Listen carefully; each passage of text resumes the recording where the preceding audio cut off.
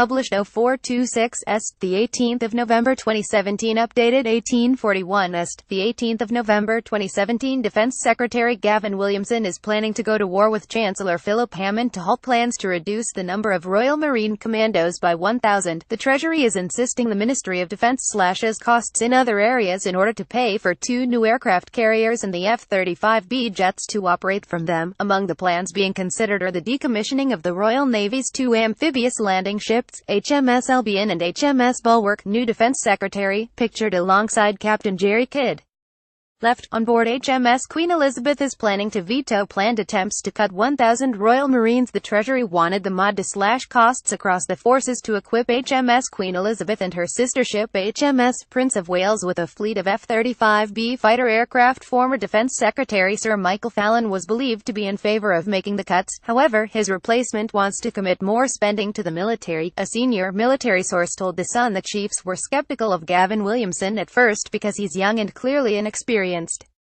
But if the government is going to preach Global Britain, at some stage they actually have to be able to deliver on it.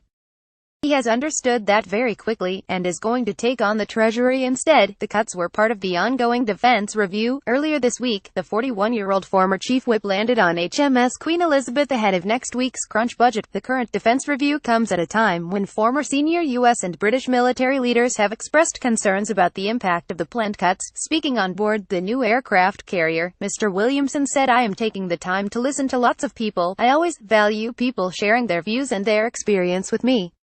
Mr. Williamson said, "I am going to do everything I can to deliver what these service personnel, in the Navy, the Army and the Air Force, need, in order to do their most effective job." Among the proposed cuts, the Defence Review is considering decommissioning HMS Bulwark. "I am going to do everything I can to deliver what these service personnel, in the Navy, the Army and the Air Force, need, in order to do their most effective job.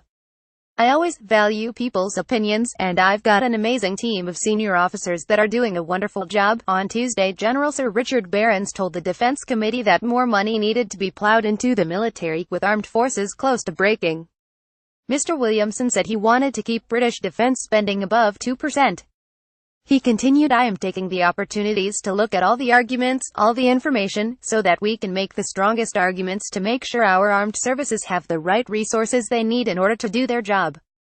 As part of the review, cost-cutting suggestions ahead of any formal announcement have reportedly included the axing of amphibious assault ships HMS Albion and HMS Bulwark, alongside the loss of 1,000 Royal Marines. According to reports, the move would save money and free up crew for the 2 new aircraft carriers, HMS Queen Elizabeth and HMS Prince of Wales. Pressed for the reassurance he would offer to those who may be directly affected by a decision of that nature, Mr. Williamson said there was so much speculation going around. "I am a brand new Defence Secretary. I don't feel bound or tied up in the narrative that has maybe been there in the past.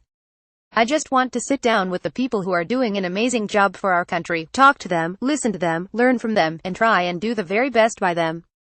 No decisions have been made, and there's more speculation than is probably always healthy, but we have to recognize there are some great challenges ahead." He said the armed forces constantly evolve and that a different approach to thinking should be welcomed, noting that with big challenges come great opportunities too. "What makes our armed forces the best in the world is that they constantly innovate. They're the greatest innovators in the world and in government," he added.